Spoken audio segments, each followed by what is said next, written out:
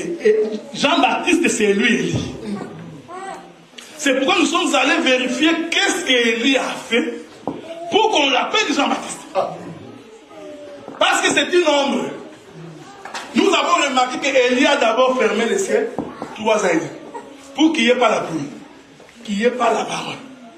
Vous remarquerez aussi que Jean-Baptiste aussi, quand il commence le ministère, il parle du désert, pas de pluie. Et Jésus va entrer en scène pendant 3 ans et demi. Mais pendant ces 3 ans et demi, Israël ne croyait pas. Mais nous croyons. C'est-à-dire quoi? Pendant 3 ans et demi, le ciel était fermé. En Israël, il n'y a pas de pluie. Mais chez la veuve de Sérepta, il y avait des pluies. Maintenant, vous remarquez. Maintenant, qu'est-ce qui arrive? Quand il veut venir restaurer l'autel, parce qu'on n'a pas le temps, parce qu'on pouvait toucher les 2 oliviers, qu'est-ce qu'il va faire? Il va prendre, il va d'abord remettre l'autel, il le restaure en Israël. Quand il le restaure, il place les pierres telles que Dieu avait dit à Moïse. Je vais dire quelque chose ici, bien aimé. On peut pouvoir en débattre. Moi, je n'apprécie pas les chansons où nous chantons nos pasteurs. Zambia, Délar, Zambia, dans les chansons. Je ne crois pas que c'est biblique. On peut en débattre. Comment alléluia, Zambia, Kabunda, ta. Parce qu'on chantait ça à Kinshasa. Tu chantes les Nzambé de Bruno, les Nzambé de René. Vous avez tous chanté ça. Vous qui étiez avec nous là-bas. Je ne crois pas que cette histoire-là est biblique. C'est pourquoi ils sont devenus tout minés. Ça, moi, je crois comme ça, frère. Parce que je crois que la chanson ne peut qu'honorer le Seigneur. Et puis, ça c'est encore moi qui dis. Mais je crois que le Saint-Esprit est avec nous.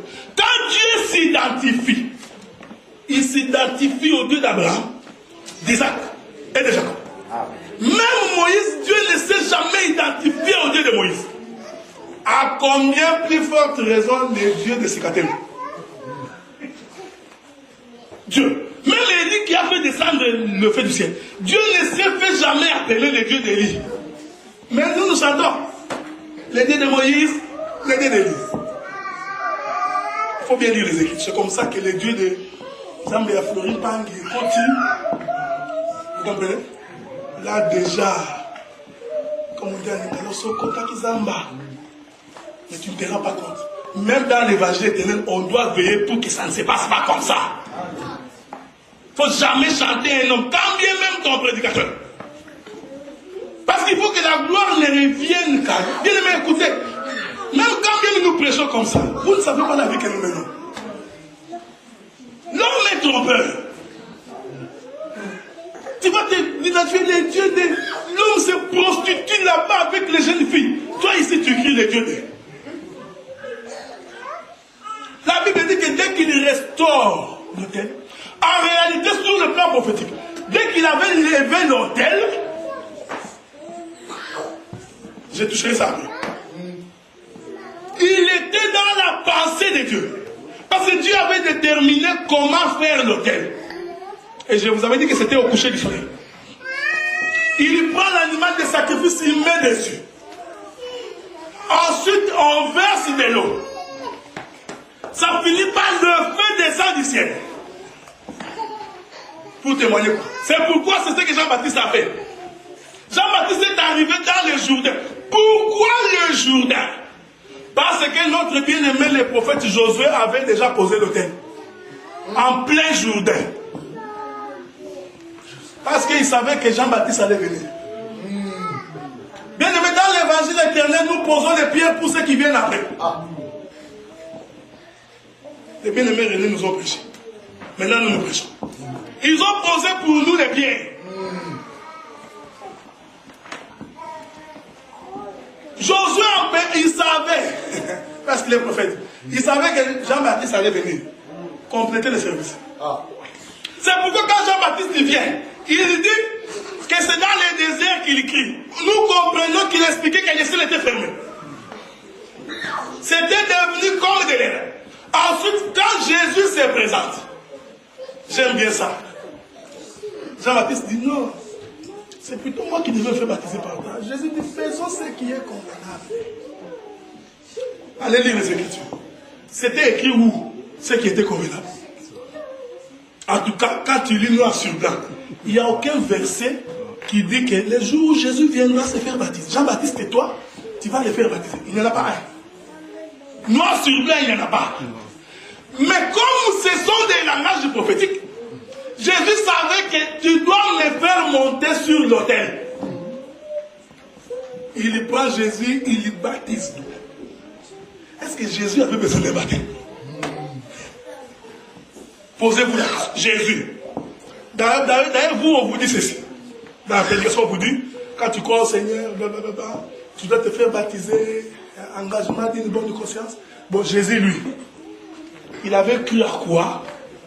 Pour quel motif de bonne conscience? Pour qu'il se fasse baptiser.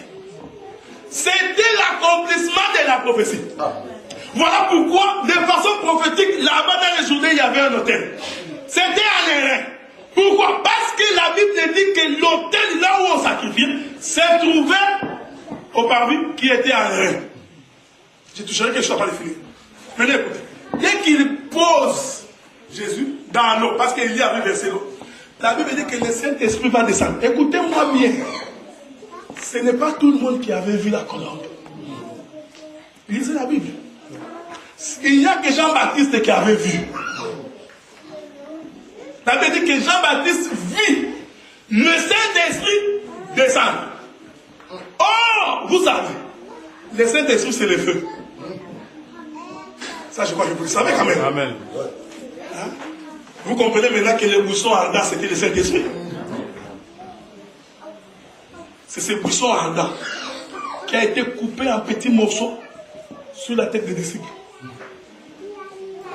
Pour confirmer que c'est lui qui restaure. Vous comprenez maintenant, dès qu'il sort, automatiquement on comprend maintenant que c'était lui l'animal des sacrifices. C'était lui qui devait monter sur. Là, le fait de ça consume les sacrifices. Nous disons que c'était les reins et que c'était les parvis. Pourquoi? La Bible dit qu'un jour, nous sommes dans le livre des Nombres, les enfants d'Israël murmurèrent contre l'Éternel. L'Éternel, Dieu va envoyer les serpents. Parce que dans l'évangile, nous prêchons que Dieu est un serpent. Ça peut être scandalisé parce que toi, on t'a toujours prêché que le serpent, c'est le diable. Hein? La Bible dit que Dieu va envoyer les serpents brûlants. Ils commençaient à mordre le peuple. Le peuple commençait à crier vers Moïse. Moïse va courir vers Dieu. Dieu va dire à Moïse, il dit Moïse, tu vas élever un serpent des reins. Le parvis. C'est pourquoi nous disons, tu ne peux pas commencer les choses de Dieu en escamotant le parvis. Un païen tout fait. Prédicateur. Non. Il est entré comment? On trouve chez les pastorales des choses qu'on ne peut pas trouver. L'homme ramasse l'argent des offrandes, il va à Kin, il s'achète des parcelles. C'est fini par, il épouse une autre femme là-bas. Il rentre ici. Sa femme lui pose la question, pourquoi tu as fait ça? La femme se suicide. La pastorale vient défendre un homme comme ça.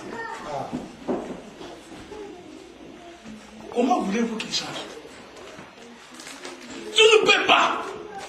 Parce que tu dois commencer par... C'est pourquoi Dieu va dire, tu vas élever le serpent des reins. Dieu pouvait seulement enlever les serpents brûlants. C'est lui qui les avait envoyés. C'est pourquoi nous disons, quand tu viens au Seigneur, tu viens marcher sur les épines. Les gens croient que... Voyez l'évangile qu'on prêche aux gens. Venez à Jésus, tu auras la paix, le bonheur, tout va prospérer, tout va aller bien. C'est faux. Ça, c'est une mauvaise présentation. Parce que quand tu vas avoir des problèmes, Il va dire, vous m'aviez dit.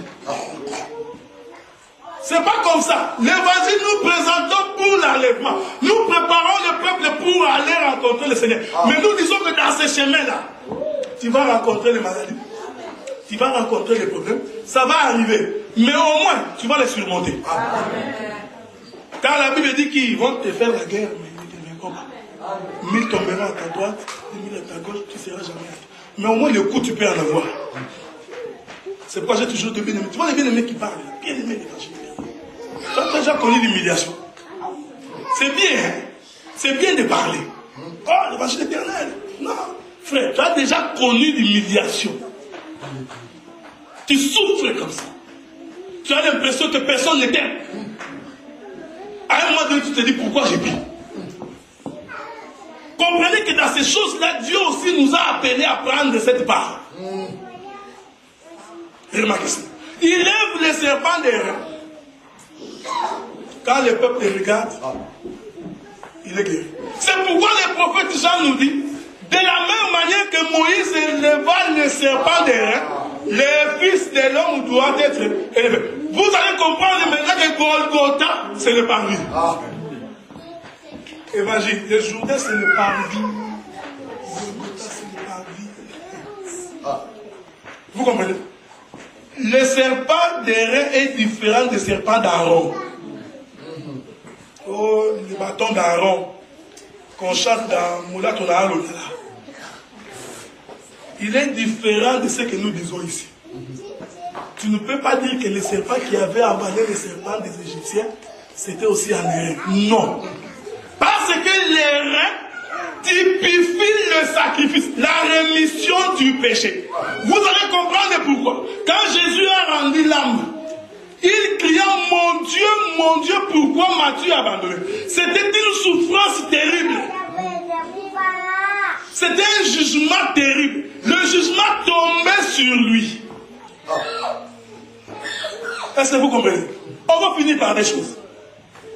La Bible dit qu'un jour, Jésus s'est promené. Non, avant d'arriver là-bas, vous allez maintenant comprendre la question de Naaman. Vous comprenez? C'est pourquoi notre frère bien-aimé Tosh Moulenga, c'est un aventurier qui est aux États-Unis, qui est allé à Kinshasa, qui prend de l'eau du Jourdain. Il va commencer à vendre à Kinshasa. Les gens achètent. Bien, vous savez, moi, des fois, on se demande comment les hommes peuvent être aveuglés jusqu'à ce point-là. Des fois, quand un pays est en crise, il croit à n'importe quoi. Cet homme-là, parce que je le connais personnellement, il habite Israël. Il achète de l'eau. Renseignez-vous, c'est fréquent. Hein? À qui on en parle que ça. Il achète de l'eau du Jourdain. Il donne aux gens, il dit, quand vous buvez ça, vous êtes guéris. Voilà, maintenant pour interpréter ça, il va toucher Naaman. Il dit, tu vois Naaman, on lui a dit, il faut seulement aller te laver au Jourdain. Or, il oublie que le Jourdain, c'était Golgotha. Naaman était le type de l'église. Naaman est une femme. Quand toi tu dis, tu vois que Naaman est un homme. Nous te disons que Naaman est une femme. Il était le type de l'église. C'est pourquoi on lui a dit, tu ne peux pas être sauvé si tu ne vas pas au Jourdain. Or, au Jourdain, le parvis était là. Vous comprenez, les plaies de Jésus, les plaies de Naaman, typifiaient l'impureté, les péchés que nous étions. Maintenant, écoutez, les livres de Pierre, c'est là qu'on va finir. 1 Pierre chapitre 3. 1 Pierre chapitre 3.